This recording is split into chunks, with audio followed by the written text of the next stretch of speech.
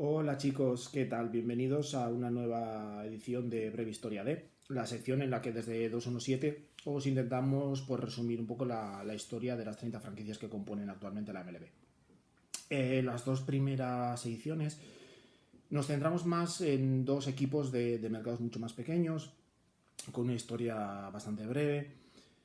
Podréis encontrar, por cierto, los vídeos en este link de aquí o de aquí, de una de las dos esquinas.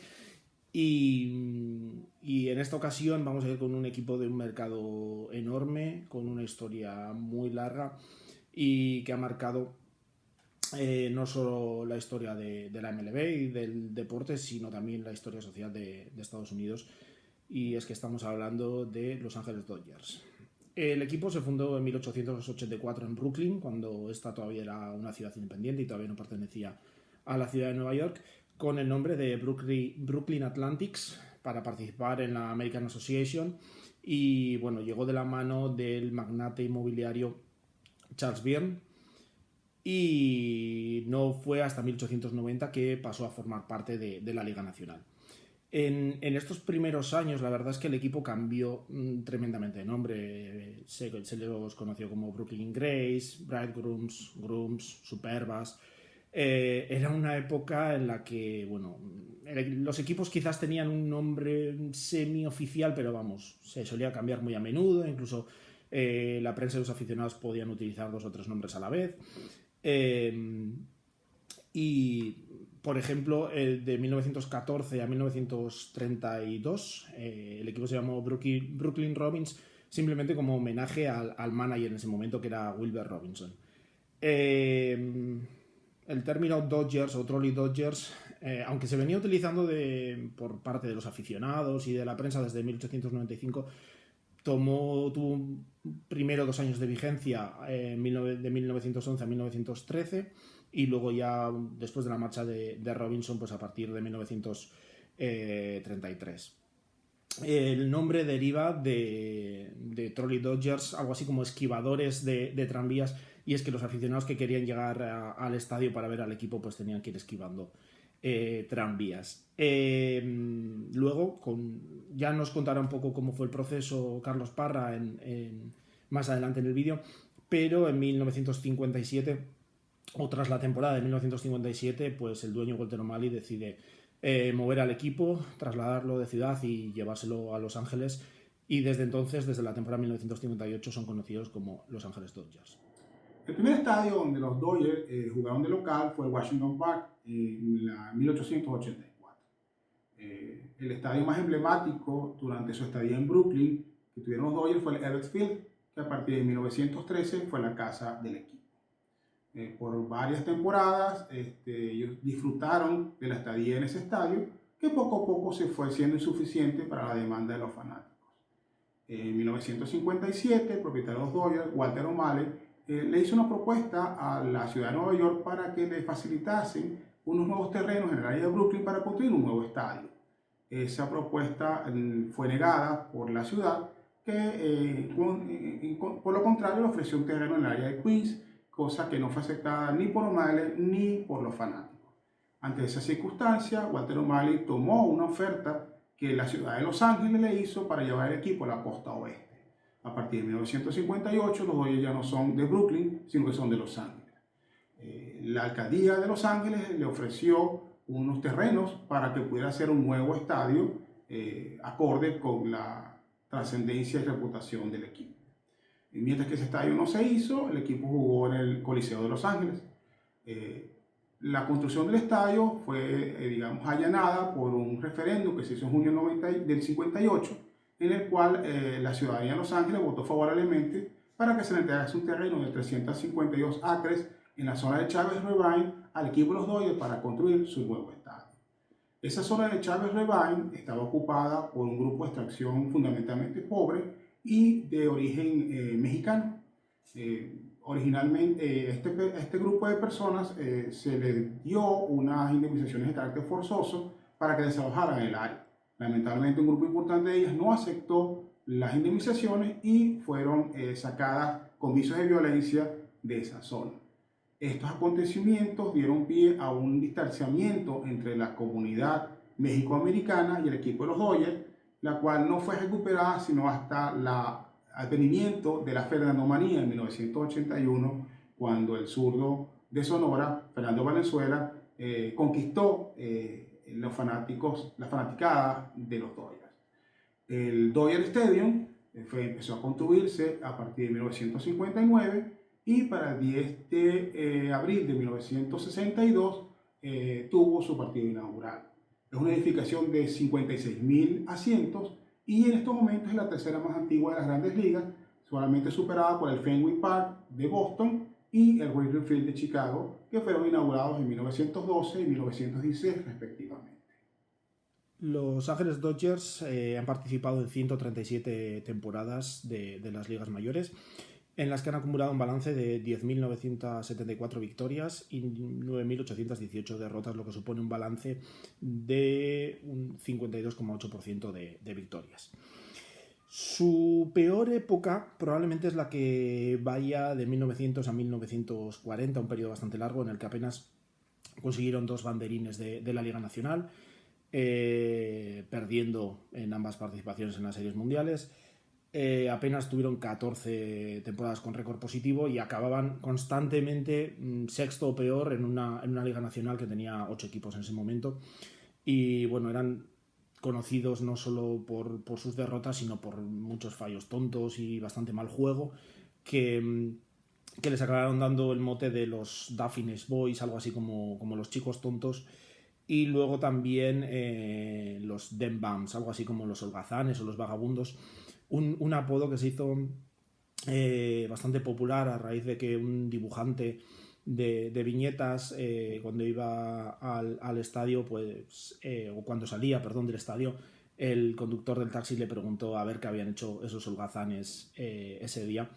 Y creó una viñeta que se hizo tremendamente popular y los aficionados acabaron acogiendo el apodo con mucho cariño.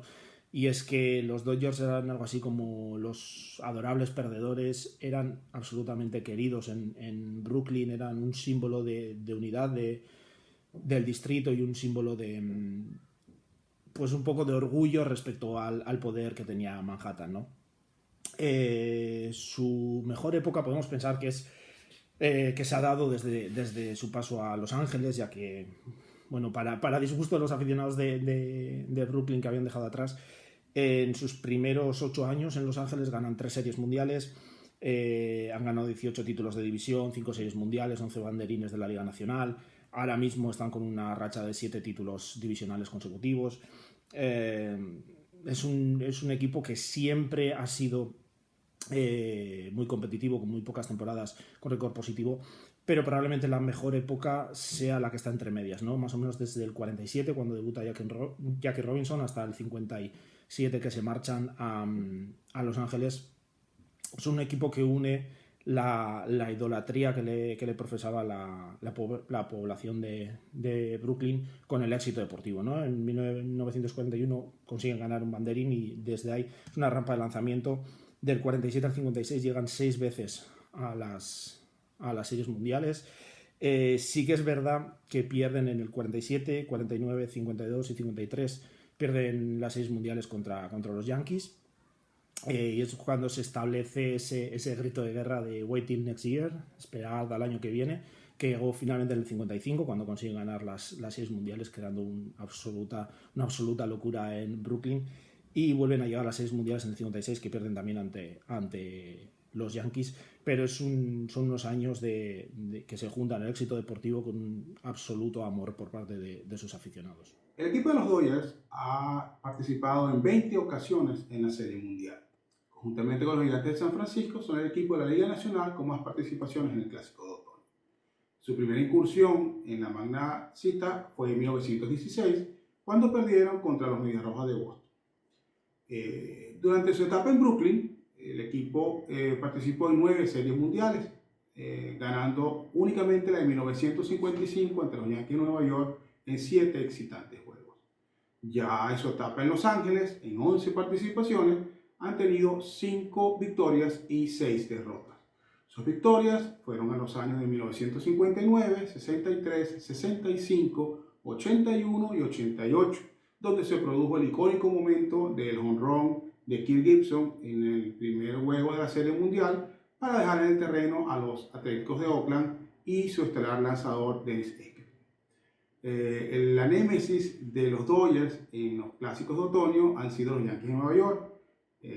Ante los Yankees se han enfrentado en 11 oportunidades, habiendo perdido en 8 de ellas y solamente resultando triunfador en las 3 series restantes.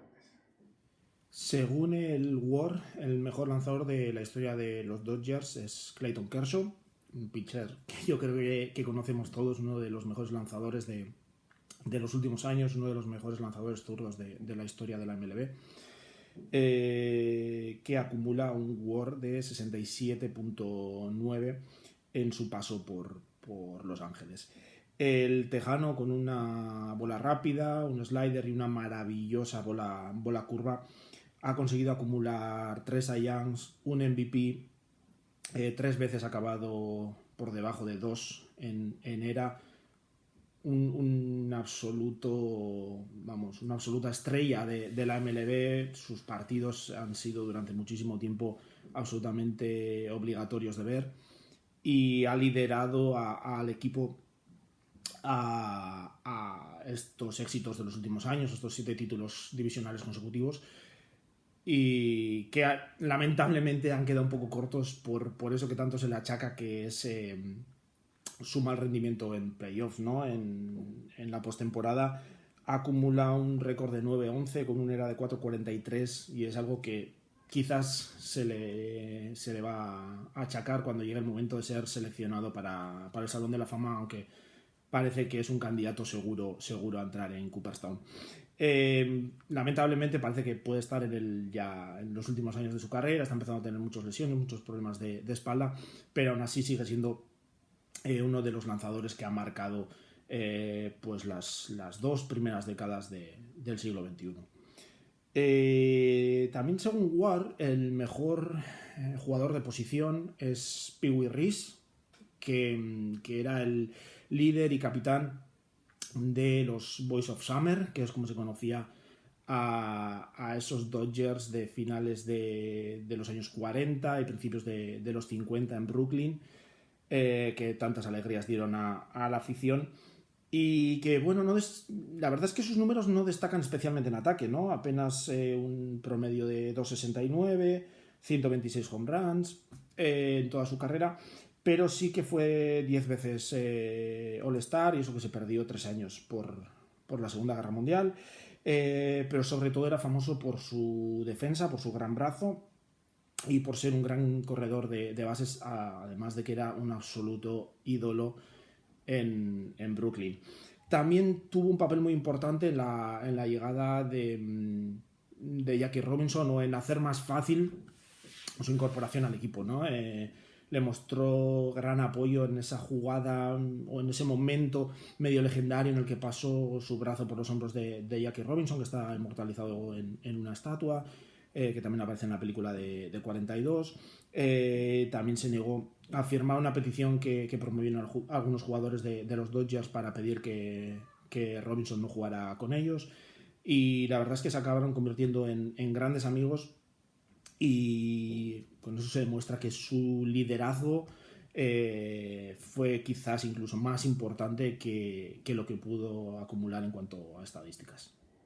Los lanzadores de los Dodgers han propinado 26 juegos sin hit a los equipos contrarios durante la historia de la organización. Los 13 primeros no-hitters fueron logrados en su etapa en Brooklyn y los 13 restantes en su estadía en Los Ángeles. Es destacable el caso de Sandy Koufax, que lanzó 4 no-hit no-run. El último de ellos en 1965, el 9 de septiembre, un juego perfecto.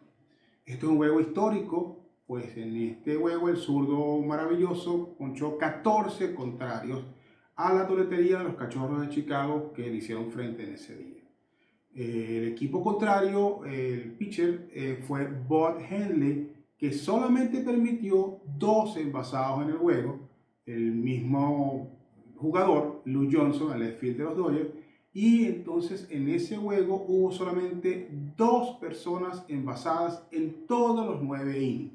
Se considera por muchos el mejor juego lanzado en la historia, en el cual hasta el séptimo episodio ninguno de los jugadores de los dos equipos había sido tomado a la primera base. Y solamente después de un hit y un error, todo a raíz de batazos de Lou Johnson, es que se consigue una carrera sucia y la pizarra final termina 1-0. Los Dodgers han ganado el MVP en 11 ocasiones de la mano de 9 jugadores diferentes, siendo Roy Campanella el único en conseguirlo en más de una ocasión. Lo hizo en 1951, 53 y 55.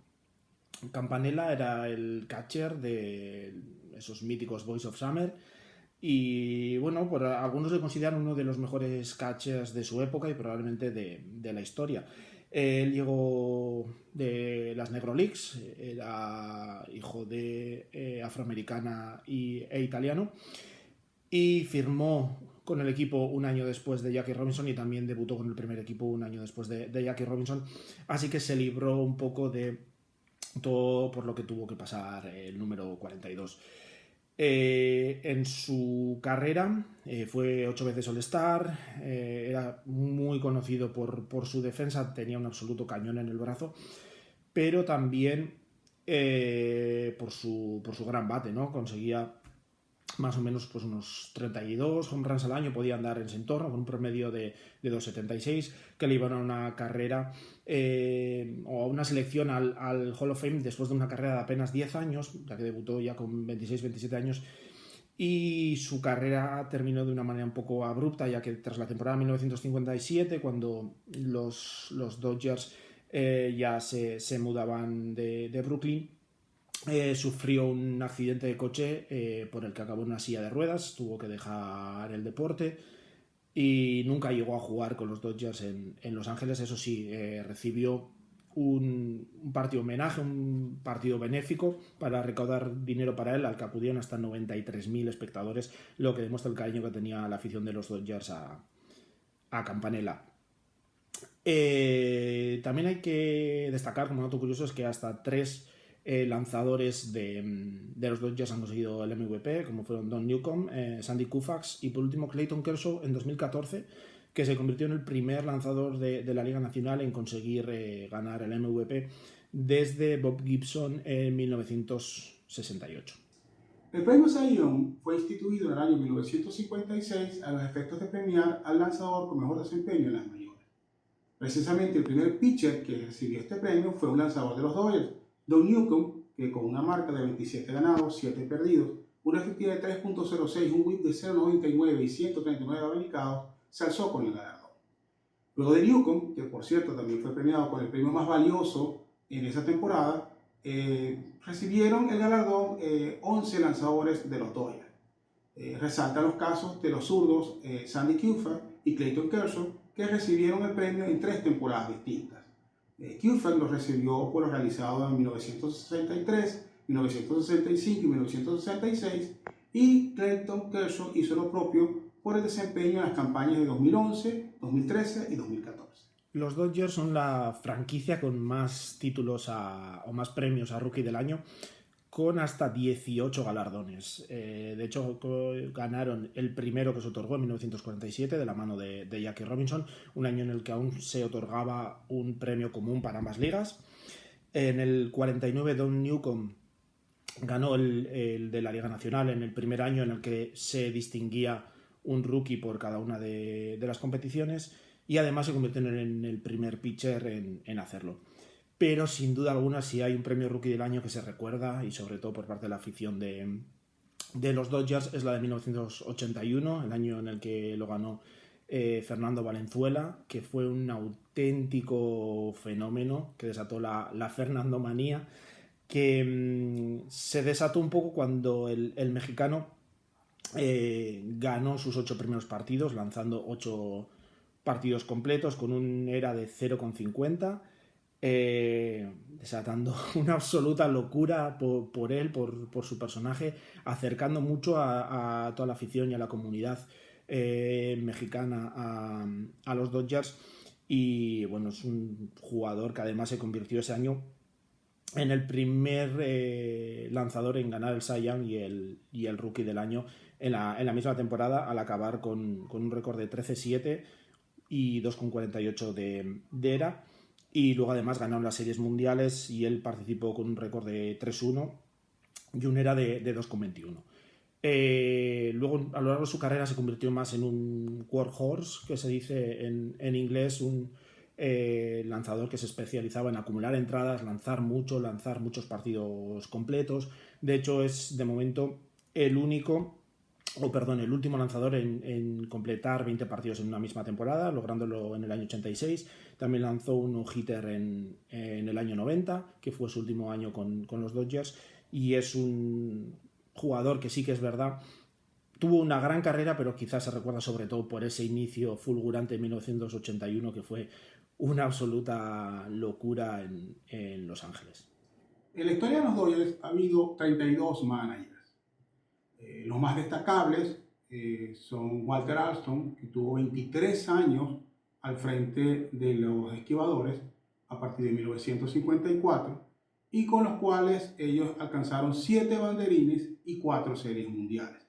Alston, que tuvo un récord de 2.040 victorias, fue sustituido por Tom Lasorda, quien permaneció al frente del club por 21 temporadas, logrando 4 banderines de la Liga Nacional y 2 series mundiales.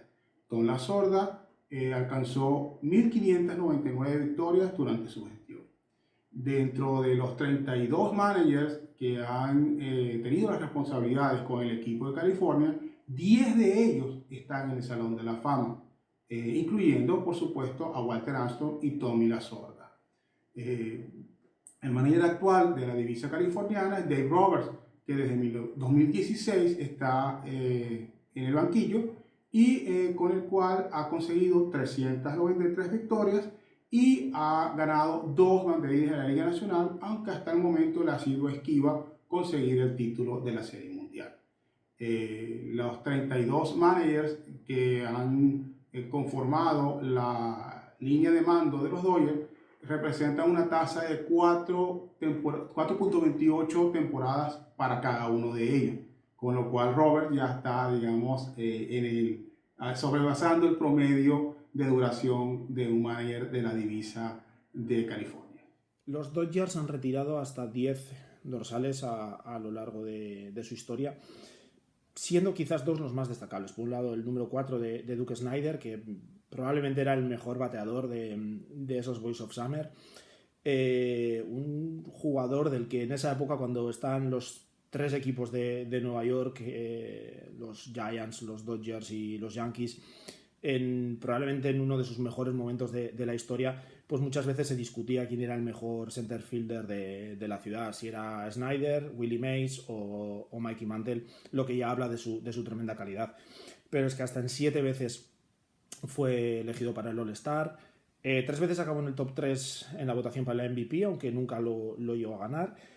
Pero sí que fue seleccionado para el Hall of Fame después de batear prácticamente 300 a lo largo de su carrera, y añadiendo a ello 407 home runs. De hecho, de 1953 a 1956 bateó en todas las temporadas más de 40 jonrones.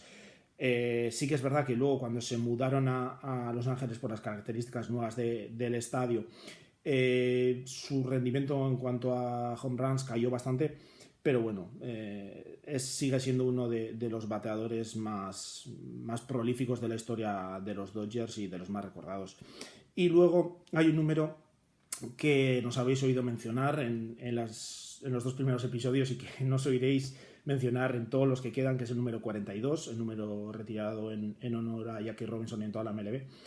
Y pues qué mejor momento que hablarlo que al hacer el repaso de la historia del equipo para el que jugó, ¿no? Todos conocemos la historia de Jackie Robinson, vino de las Negro Leagues. Branch Rickey le seleccionó como el jugador adecuado para ser el primer afroamericano en romper la barrera de color. Y se buscaba de sus cualidades, pues intentar aguantar pues todos los insultos, las protestas que tuvo que soportar. Y bueno, la verdad es que consiguió ganarse a mucha gente, a muchos detractores. Ganó ese primer año el Rookie del Año, Ganó también el Rookie del Año que otorgaba no solo la Asociación de Escritores, sino también Sporting News, que había protestado mucho por su llegada a la MLB. Se ganó a compañeros, se ganó incluso a su manager de las ligas menores en el año que pasó en Montreal, que incluso en un primer momento le llegó a decir a Branch Rickey que a ver si creía que ese negro era un ser humano, y luego al final pues Jackie Robinson se lo acabó ganando. Él llegó a decir, el manager, pues que la había hecho una mejor persona, y es un jugador muy recordado por lo que aportó socialmente al país. Su llegada a la MLB, luego es un jugador que trabajó mucho incansablemente en que los demás equipos se integraran, en que se diera oportunidad a afroamericanos para que fueran managers, etcétera, pero es que además fue un gran jugador, con un promedio de 311, bateaba en torno a 15 home runs todos los años, era buen robador de bases, hizo una dupla de double play tremenda con Pee Wee Reese. No sé, al final es un jugador histórico por lo que supuso socialmente, por lo bien que lo hizo también dentro del terreno de juego, más cuando tuvo que sufrir todo tipo de vejaciones, y la verdad es que es un homenaje que creemos que se merece el tener retirado su número 42 en todos los equipos de la competición.